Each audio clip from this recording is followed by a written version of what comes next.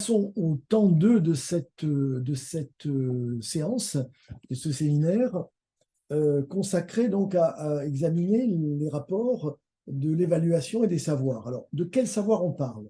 En France, c'est essentiellement à l'école des savoirs académiques, structurés en disciplines, qui prennent probablement plus que dans d'autres pays encore, une place considérable et qui occupent l'essentiel du temps scolaire. Et puis, dans ces savoirs académiques, il y a effectivement une activité centrale dans l'école en France qui est celle de l'évaluation. Alors, pourquoi est-ce que nous avons posé cette question et pourquoi nous avons voulu réfléchir à cette articulation?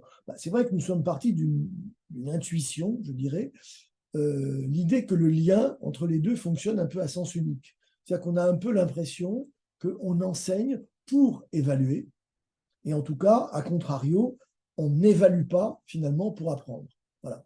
Bon, c'est sans doute un peu caricatural, mais ça nous semble quand même une description un petit peu fidèle et qui revient, qui finalement récapitule ce que beaucoup de personnes qui sont intervenues tout à l'heure ont dit. Alors, pour discuter quand même, parce qu'on va quand même essayer de discuter ce rapport entre savoir et évaluation, cette petite table ronde va réunir deux éminentes personnes qui sont Anne-Marie Bardy, qui va se présenter. Anne-Marie Bardy, ancienne professeure de mathématiques et inspectrice générale honoraire. Et Lucie Mougenot. Donc Lucie Mougenot, ex-professeure d'EPS et professeure des universités aujourd'hui à l'université Picardie-Jules Verne. Voilà, et moi-même, Yves Zarka, pour assurer l'animation de cette table ronde. Je suis inspecteur d'académie, également à la retraite. Alors, avant de commencer l'échange, et lorsque nous avons préparé cette table ronde, nous nous sommes dit, ce qui serait intéressant, c'est d'avoir le point de vue des élèves. Bon, alors, d'un point de vue pratique, se lancer dans une enquête, ça aurait été trop compliqué. Alors finalement, Lucie a eu l'idée d'interviewer une élève, et on va vous passer, comme introduction, ce petit moment, hein, c'est un podcast, donc il n'y aura pas d'image, mais vous allez être attentifs. C'est Lucie qui interroge Jeanne. L'interview a eu lieu en fin d'année dernière, et Jeanne est une élève de première, générale, et plutôt en réussite scolaire. Mais vous allez voir, c'est quand même très intéressant. Alors, on va écouter le podcast. Est-ce que tu pourrais me parler d'un résultat d'évaluation que tu as reçu et dont tu n'as pas vraiment compris pourquoi tu as obtenu tel résultat? Alors oui, en histoire, la dernière fois, on a fait un DM sur George Sand. La plupart de mes amis ont eu 18 et moi j'ai eu 17. Du coup, je suis allée vous demander à la prof pourquoi j'ai eu que 17 et elle m'a dit de me référer aux commentaires sur ma copie. Sauf que sur ma copie, il y a marqué, il y a la note, il y a que ça et il y a un commentaire qui dit qu'il faut passer des lignes. Et c'est tout, je n'ai rien d'autre. Et est-ce que tu sais ce que tu as réussi dans cette évaluation-là? Est-ce qu'elle t'a indiqué ce que tu as réussi? Non, vraiment sur la copie, il y a marqué faut passer des lignes et la note. C'est tout. Et quand un enseignant te rend ton évaluation, qu'est-ce qui t'intéresse et qu'est-ce que tu regardes? Alors, en premier, je regarde la note, forcément, sauf si je la connais déjà de Pronote. Mais si c'est une question, si c'est une interrogation de cours, donc avec des questions, il faut qu'on réponde, je regarderai que la note, et, parce que de toute façon, on ne le reverra jamais. Et vite fait, je recompterai mes points, regarderai mes réponses par rapport à la correction pour voir s'il y a des injustices. Et par contre, là, si c'est une question problématisée ou une disserte ou un commentaire, je regarderai les commentaires, etc. Parce qu'on en refera souvent. Et est-ce que les évaluations en général, elles t'aident? Tu as l'impression qu'elles servent à quoi selon toi? Alors, les évaluations en français ou dans les matières littéraires, oui, moi, ça m'aide parce qu'avec les commentaires, etc., après, on peut s'améliorer pour tout ce qui est bac, etc., après. Les évaluations de physique et maths, souvent, il y a une correction. Donc, après, tu te rends compte là où tu as des lacunes, parce qu'il y a des gens qui ne font jamais d'exercice, du coup, ils s'en rendent compte. Mais déjà, c'est moins utile, c'est vraiment des questions-réponses. Et par contre, les évaluations en espagnol, en anglais, en histoire, toutes les autres matières, là, vraiment, c'est inutile parce qu'ils nous posent des questions et de toute façon, on n'y retournera jamais. Donc, même si c'est une mauvaise note, on s'en fiche.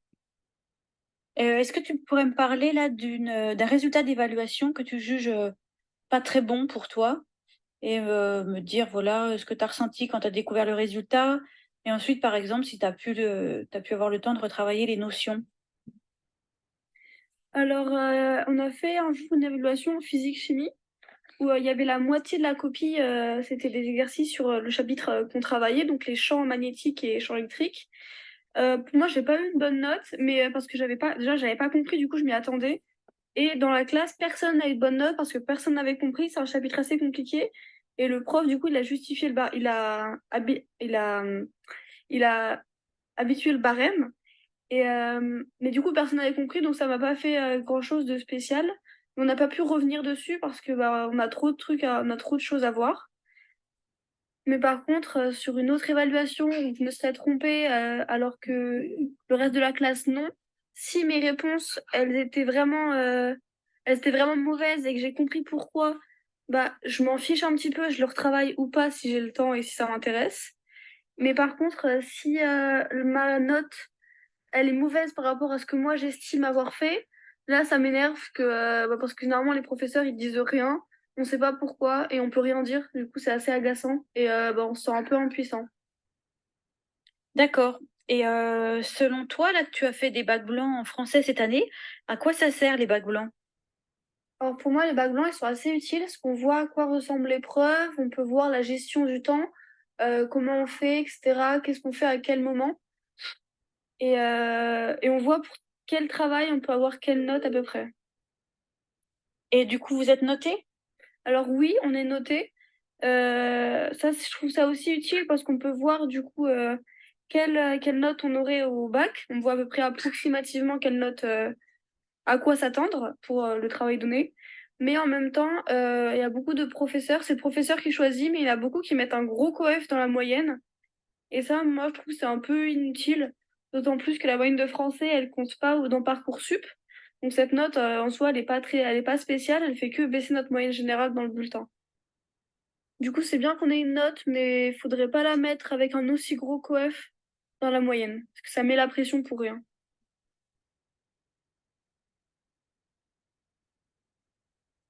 Voilà, je crois que ce témoignage de Jeanne est très, très parlant, mais on va quand même poursuivre on va plutôt démarrer notre table ronde avec une première question, comme l'a illustré le témoignage de Jeanne. J'ai envie de vous demander, on voit que le mot évaluation, elle l'associe immédiatement, comme beaucoup de gens d'ailleurs, à la notation. Alors, à l'école, on le voit, mais on le voit ailleurs. On parle des agences de notation économique, et puis alors, je ne parle pas des sites. Chaque fois que vous allez quelque part dans un service, on vous demande de mettre des étoiles pour noter le service qu'on vous a rendu. Alors, ce que j'aimerais vous demander en premier, Anne-Marie et Lucie, c'est pourquoi un lien aussi fort entre évaluation et notation, et pourquoi cette confusion entre les deux? Anne-Marie? Alors effectivement, c'est une confusion. On l'a entendu, Jeanne, quand on fait une évaluation, qu'est-ce que tu regardes? Ma note. Les enseignants, c'est la même chose. On les interroge sur leur manière d'évaluer et répondent toujours sur leur manière de noter. Alors pourquoi? D'abord parce qu'effectivement, la note a quand même beaucoup d'avantages. Alors, on les passe rapidement, ça a été déjà dit tout à l'heure un peu dans la controverse. Premier avantage, ça parle à tout le monde. J'ai 12, l'élève, ça va, ça passe, je ne vais pas être embêté. Les parents, 12, c'est bon. L'administration, 12, moyen plus. Bon. Voilà. Donc, ça parle tout de suite. On est tellement habitué à la note sur 20 que c'est rapide, c'est facile à donner et c'est facile à interpréter par tout le monde. Ensuite, évidemment, la note, c'est parfait, c'est des nombres, donc ça se classe. Et donc, j'ai 12, mais j'avais que 10 la dernière fois, j'ai progressé. J'ai 12, mais mon copain a 14, il faut encore que je me bouge un peu pour le rattraper et le dépasser. J'ai 12, c'est seulement à partir de 14 que je serai dans la tête de classe. Donc, on se classe par rapport à soi-même, on se classe par rapport aux autres, on se situe par rapport à ses coreligionnaires et ça se fait tout seul. C'est immédiat et automatique. C'est pas compliqué. Bien sûr, les notes, on en a parlé aussi, on peut opérer sur les notes et donc évidemment, on va retrouver nos moyennes, on l'a dit dans la controverse, de tout et n'importe quoi, de l'oral, de l'écrit petit écrit avec peut-être un petit coefficient, gros écrit, des gros contrôles, plus ou moins longs, coefficient va changer. Dans certains cas, on agrège aussi le travail à la maison, voire le travail collectif, des notes toujours, et puis pourquoi pas un petit peu de tenue des cahiers et un petit peu de participation dans les petites classes en particulier, ce qui permet voilà, de jouer un peu sur ces notes, et on obtient la moyenne dans la discipline, la moyenne trimestrielle, voire la moyenne annuelle.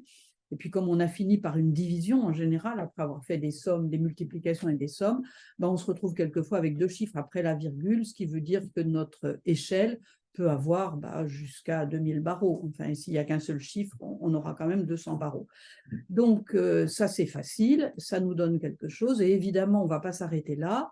On va continuer à faire des moyennes générales, cette fois, donc en agrégeant des disciplines différentes. Pareil, avec des coefficients ou sans coefficients. On mélange tout ça. Ça nous donne une moyenne générale. Si c'était juste pour avoir un nombre, ça irait bien. Sauf que c'est avec ça qu'on va décider qu'on donne un brevet ou qu'on donne un baccalauréat. Enfin, donner, c'est beaucoup dire. En tout cas, qu'on attribue ce diplôme, qu'on attribue des mentions. Enfin bon, on le prend très au sérieux, cette moyenne générale qu'on a encore une fois obtenue un peu n'importe comment.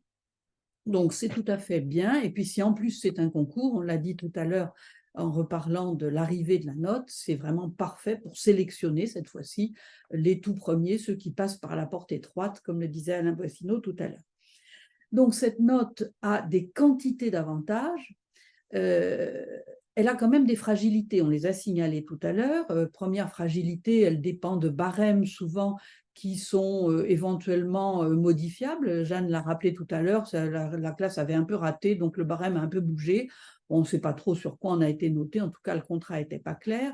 Le 12 de tout à l'heure, peut-être que c'est celui qui a été donné avec un petit coup de pouce pour encourager un élève méritant qui fait des efforts, ou au contraire, qui a été donné un peu, en notant un peu sévèrement pour remuer un élève qui se laisse un peu aller alors qu'il en a sous le pied. Donc, ce 12, on ne sait pas bien en fait à quoi il correspond.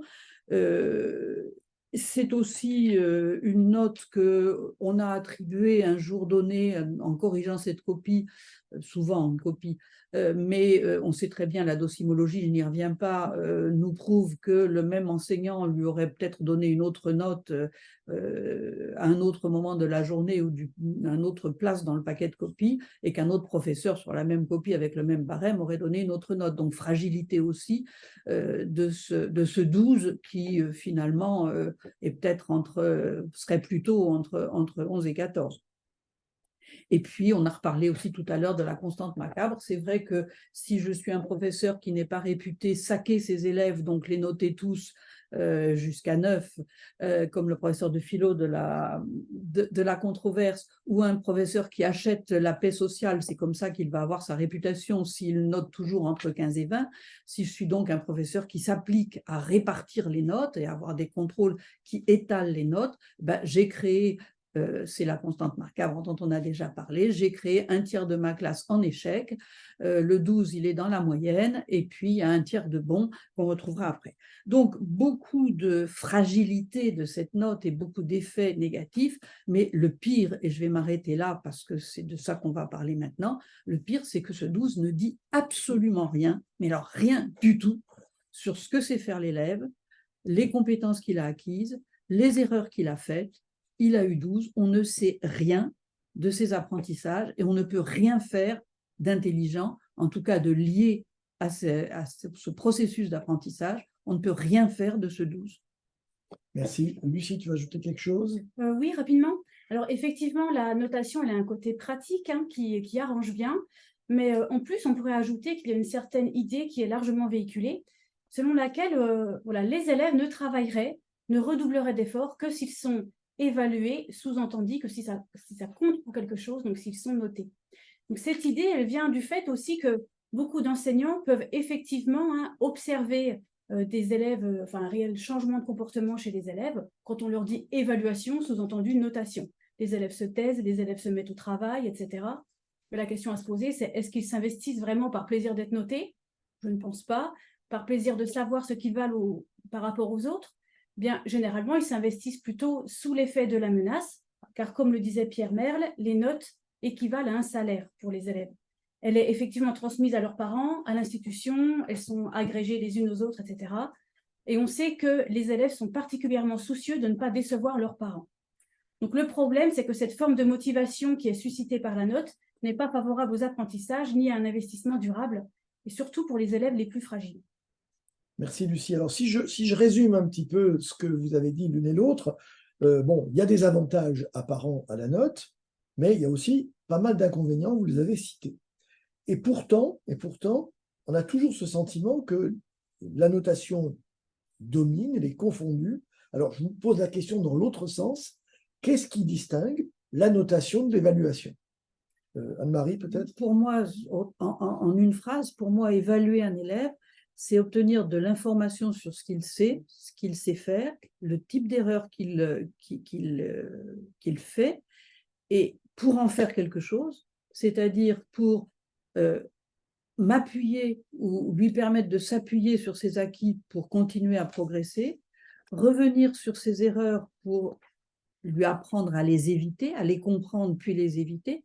Et pour moi, en tant qu'enseignante, pour progresser aussi, parce que si mes élèves, comme le dit Jeanne, ont tout raté de leur contrôle, c'est que sans doute il y a eu quelque chose qui s'est mal passé dans mon cours.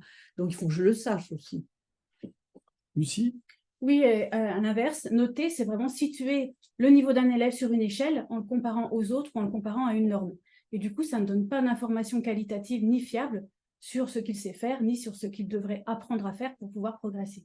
Alors, dans ces conditions, est-ce que ce ne serait pas pertinent, ce ne serait pas logique, ce ne serait pas le plus simple de supprimer les notes? Lucie? Alors, au regard des résultats des recherches, la suppression des notes serait en fait une grande avancée. Anne-Marie vient de le rappeler. Elle est aussi rarement accompagnée de commentaires détaillés et explicites sur ce que l'élève a réussi à faire ou sur ses erreurs. Et elle centre l'attention aussi de l'élève sur ce résultat chiffré. Pourtant, quand on la supprime, eh bien, on voit que le problème est bien souvent contourné. La notation, elle est remplacée souvent par une autre échelle de mesure qui hiérarchise et qui montre à nouveau des écarts, sans vraiment contribuer à donner du sens à ce qui est appris. Par exemple, quand on remplace la notation sur 20 par une échelle de A à E, eh bien, on retombe dans les mêmes travers et on voit apparaître des plus, des moins, des AA+, A++, etc. Et donc, on retrouve un nombre de barreaux très impressionnant pour de nouveau essayer de distinguer, de hiérarchiser les élèves. Donc, en dépit de toutes les critiques connues, on peine en France aujourd'hui à concevoir des évaluations qui sont vraiment utiles pour les élèves et détachées de toute forme de notation. On reste centré en fait sur cette attente de résultats où l'erreur est systématiquement sanctionnée. Donc, la suppression des notes serait une première étape, mais qui est évidemment insuffisante pour pouvoir redonner du sens à ce qui est appris et permettre aux élèves d'apprendre de leurs erreurs sans avoir peur de se tromper. Rappelons juste pour terminer que les enquêtes internationales, elles nous renseignent quand même régulièrement sur le fait que les élèves français sont très anxieux et préfèrent ne pas répondre aux questions plutôt que risquer de se tromper. Voilà, c'est une observation qui ne trompe pas sur la place qu'on accorde à l'erreur. Juste avant de passer à la question suivante, les remarques que vous faites, et ce que tu viens de dire en particulier sur la question du résultat, m'amène à ce petit commentaire. Je ne sais pas si tout le monde a remarqué qu'en 2014, c'est pas très vieux, ça fait presque 10 ans, le ministère de l'Éducation nationale français a remplacé un mot par un autre. Jusqu'à présent, dans les conseils de classe, on disait qu'il fallait examiner les résultats des élèves. Et à présent, depuis ce décret de 2014, il est dit qu'on doit faire un bilan des acquis scolaires des élèves. Un mot, il y a juste un mot qui a changé, mais j'ai un peu l'impression qu'on est resté au niveau du mot. D'où la deuxième question que nous voulions aborder, puisque depuis plusieurs décennies, dans l'enseignement général, on a introduit une approche par compétences, inspirée bien sûr de ce qui s'est mis en place auparavant dans l'enseignement professionnel, lui-même inspiré de ce qui s'est mis en place dans le monde, du monde de l'entreprise, tout simplement. Ma question pour toutes les deux, c'est est-ce que depuis qu'on a mis en place ces compétences, même si c'est peut-être pas encore complètement dans les mœurs, est-ce que ça a modifié la façon d'évaluer et aussi la façon d'apprendre et d'enseigner? Anne-Marie?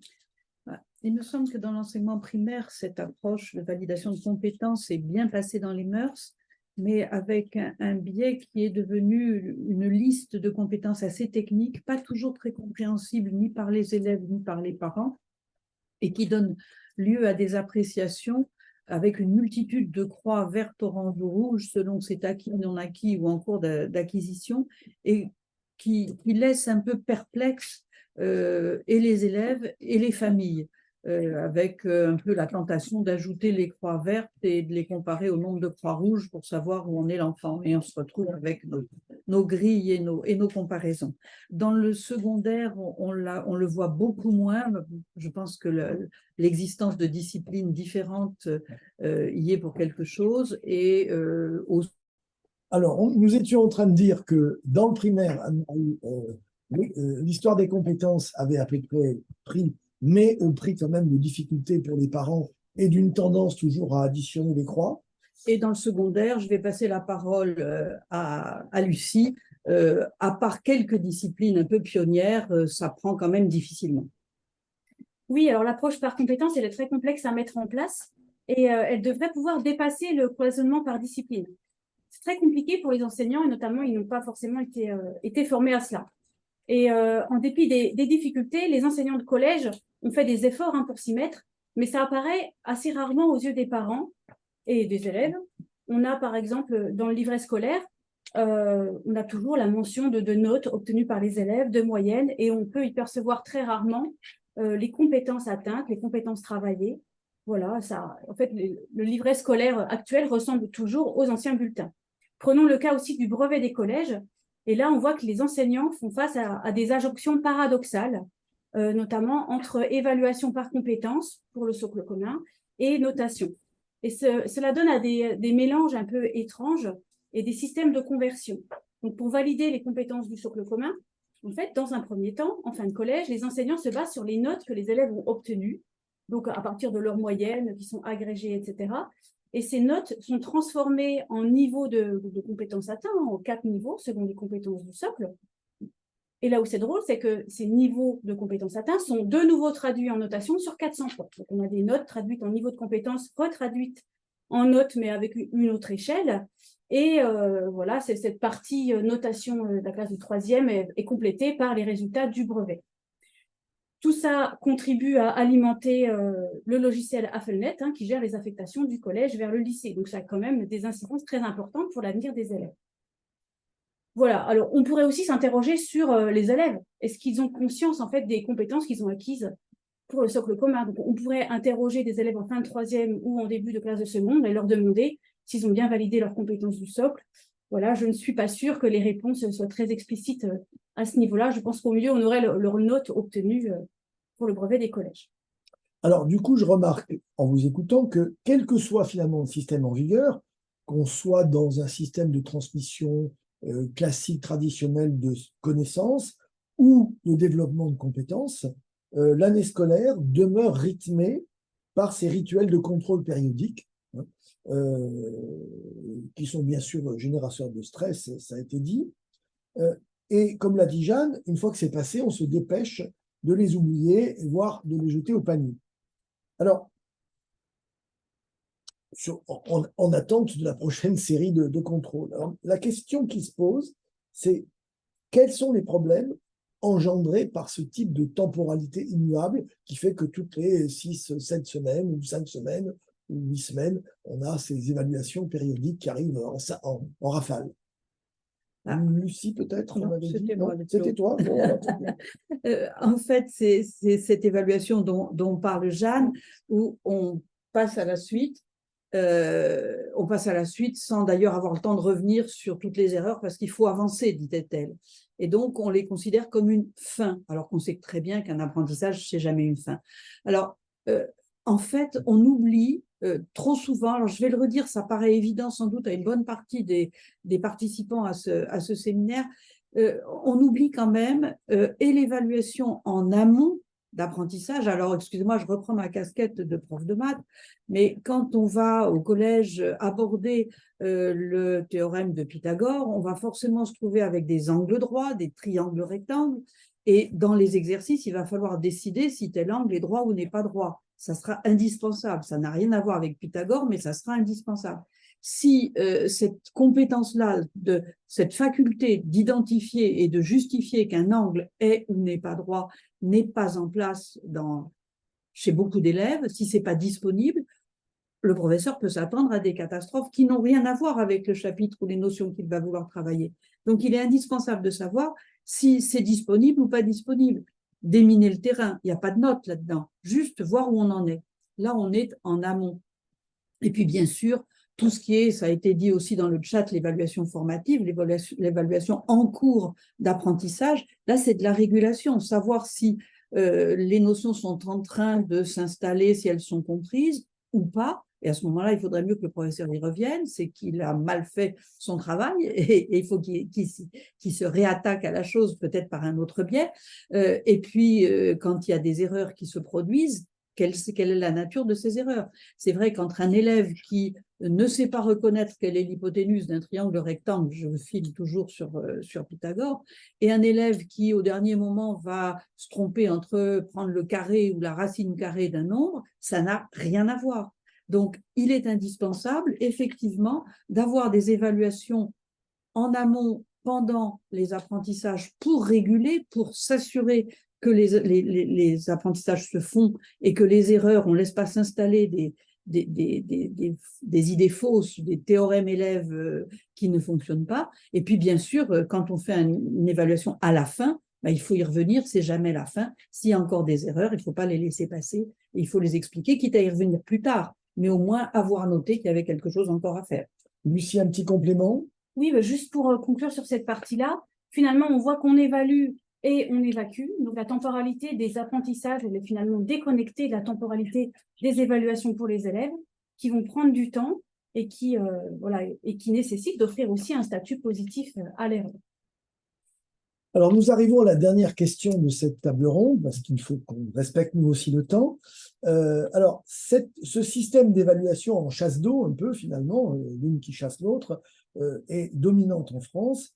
Et je voudrais juste faire une remarque sur l'importance que l'on donne à ce contrôle continu sur l'examen final, qui finalement finit par renforcer cette tendance à la chasse d'eau. Parce que finalement, les épreuves de contrôle continu, ces évaluations périodiques qu'on fait toutes les 6 ou 7 semaines, sont finalement comme des examens partiels.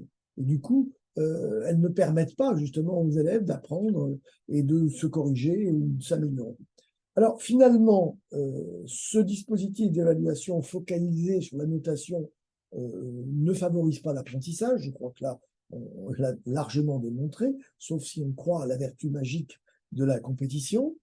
Et ça m'amène à vous demander, finalement, on va un peu anticiper sur la deuxième partie du séminaire, c'est est-ce qu'on peut concevoir des évaluations qui permettent vraiment d'apprendre? Lucie. Alors oui, ouf, on peut concevoir des évaluations qui permettent d'apprendre.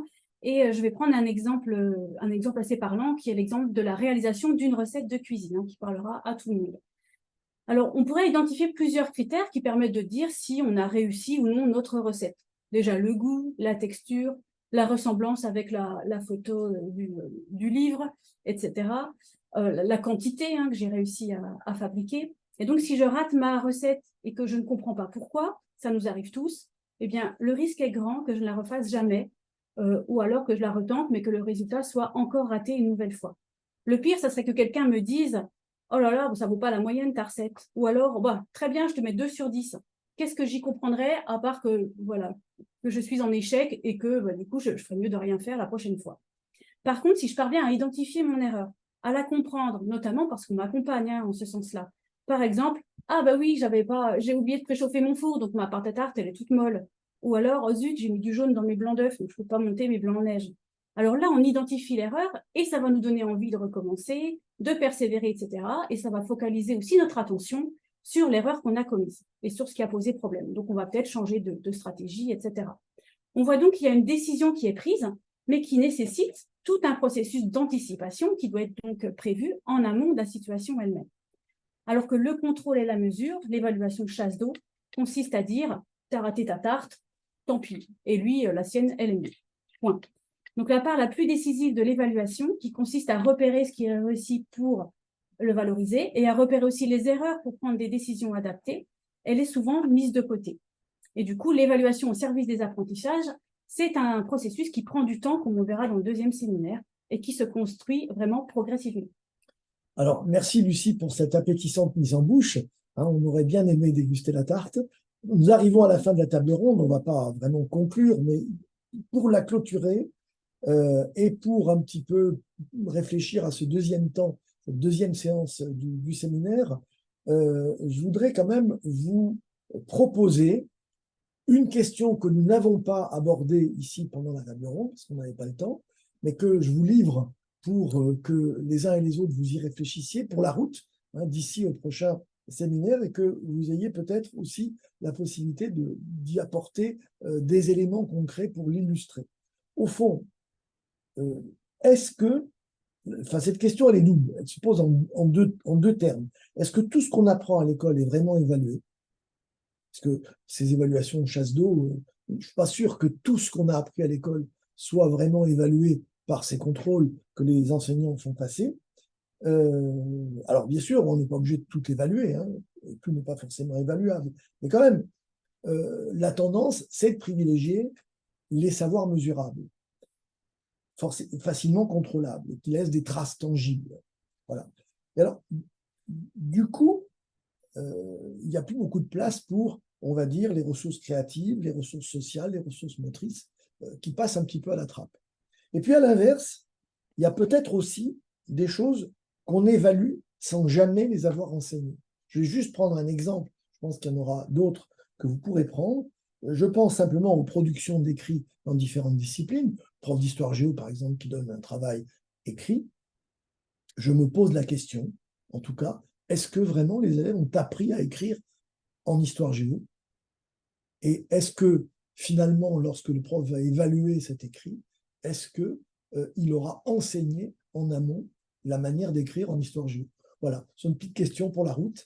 Et encore un grand merci à Lucie et Anne-Marie pour leur contribution à cette modeste table ronde. Merci. Merci.